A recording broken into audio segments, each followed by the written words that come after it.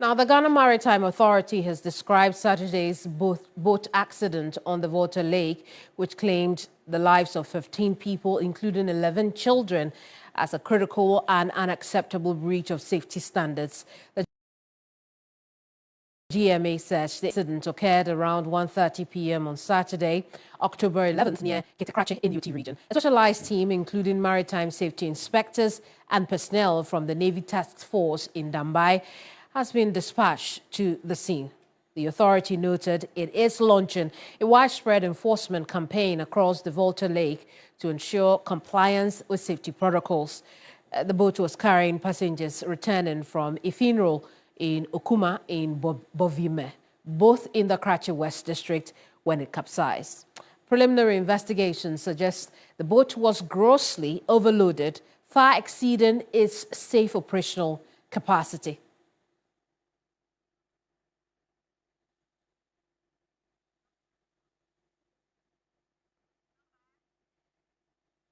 Let's have a quick chat with the OT Regional Minister, John Kwejo Japon.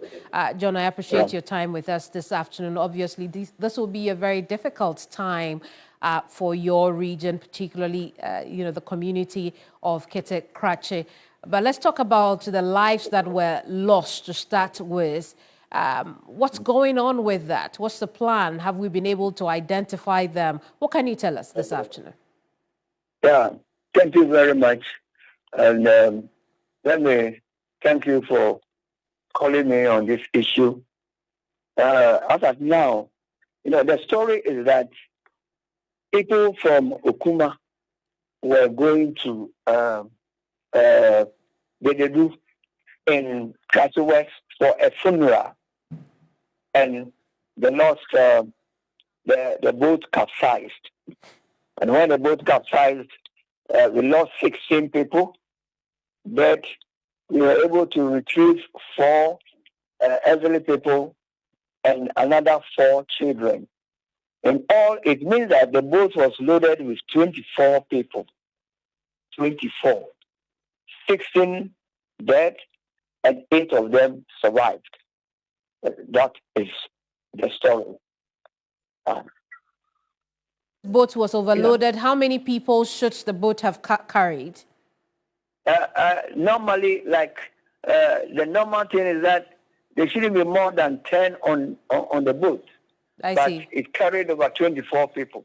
And nowadays, it rains very heavy, and the whole place is also flooded. So the current is very swift, and a lot of things can happen on it, especially when none of them was wearing the life jacket. None of them were putting on a life jacket. Why were they not wearing the life jackets? That is the story, and that is my concern. Anytime there's an education, either by NADMO, by our development partners, by NGOs, by the district assemblies themselves, by the MPs, a lot of life jackets are provided to these people who stay on the island on the Volta Lake. They do it, but never do you see them use it. Never do you see them use it. So, anytime anything like this happens, then there are serious, deaths all over the place because they don't use the life jackets. Honorable, to the best of your knowledge, when was the last time these life-saving equipment were distributed to the community? Very, very currently. Very, very currently, especially you had students from the university or from USP. A university was even in OT. They saw small girls, crossing the lake without life jacket. It was advertised, and we did a lot of education. The MPs bought life jackets, the assemblies bought life jackets, the NGO itself bought a lot of life jackets, and almost every time that the NADMO has just very recently has given a lot of life jackets to people who stay on the islands on the lake. The situation is that it is not like when you talk about the lake, people are maybe in the towns, and then they go somewhere, do their fishing, and then come back. No. Because of the intervention of the Akusumo Dam, there have been a lot of islands that have been created by the Volta Lake. And I can tell you, we have more than 100 islands on the... Yeah, can you hear me? I can hear you. So let's come back to the original question for this afternoon, right? Have we been able to identify the people who are deceased now? What steps have we taken after that? Yeah, after that, we want to educate people to use a life jacket. And at least anybody who wants to stay on the island should know how to swim. At least the four elderly ones knew how to swim, so they were able to swim across. I think that it is important that we make a law that anybody staying on the island, on the Volta Lake, if you want to stay on the island, then you should know how to swim. I think it's very important. And you should also make it mandatory that if you stay on the island, anytime you are going anywhere, you should put on life jacket. Very well, John, hold on for me. Hold on for me. I want to move on to Mubarak Masawudu, who is the Deputy Director General of the Ghana Maritime Authority. And John, the Ghana Maritime Authority has responded to the incident. One of the things they are worried about is following safety protocols. Masawudu, again, your statement says this is wrong, safety protocols should have been followed, but who should be held responsible at this time? You heard what the regional minister has said. Rightly so. Let me first of all extend my heartfelt condolence to all the bereaved families, the people of Kete Krachi, and to all of us Ghanaians. Indeed, the loss of life, particularly when it involves children, really is unacceptable. That said, taking from where the regional minister left off, I think that this issue has to do largely with the human component of it and negligence. The Ghana Maritime Authority continues to take a number of steps to improve safety on our inland waterways. But you realize that, like the regional minister has said, boat operators would not provide life jackets to their passengers. And also, even where we understand there's provisions of life jackets, passengers would not wear them, citing reasons like the life jackets being uncomfortable and smelly and so on. So for us, I will continue to intensify awareness on the need to observe the safety protocols when plowing our water bodies.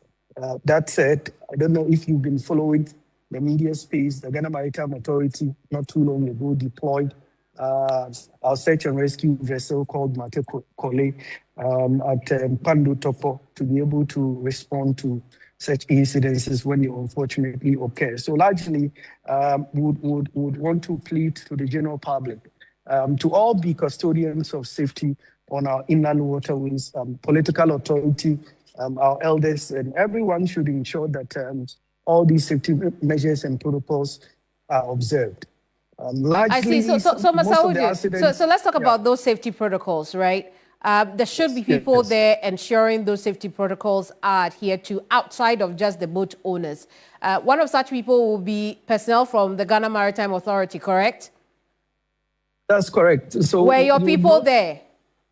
Okay, so you note that the Volta Lake area has so many communities dotted along it. Ghana Maritime Authority is present in almost every major landing site.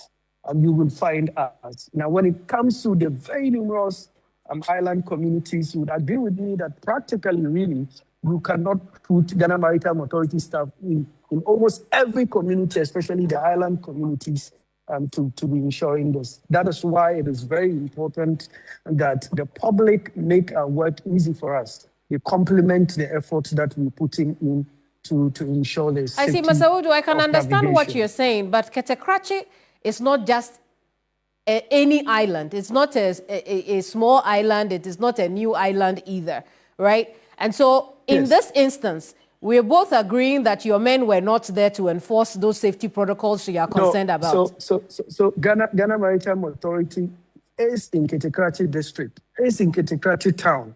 Now, these towns that you are talking about, island communities, yes, the Ghana Maritime Authority staff might not be on the island to ensure this, but Kete Krachi, yes. Not only is Ghana Maritime Authority present, we are also working with a Navy detachment that we've stationed there. So they are all there. So where Ghana So your Maritime people, Authority... so Masaudu, again, I want to understand what you're telling me. Your people are sitting in offices? No. So they are field officers. That's what I'm saying. Understand me that you don't address Kete Krachi district. We are talking about individual towns.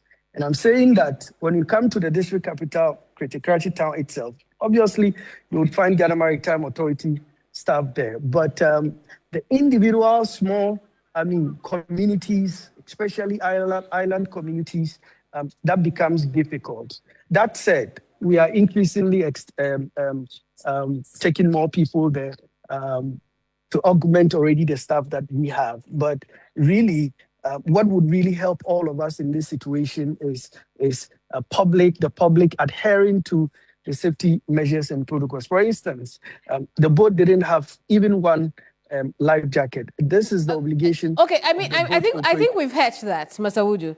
And again, yes. I want to understand. So in the Kete Krachi district, where are your staff members exactly?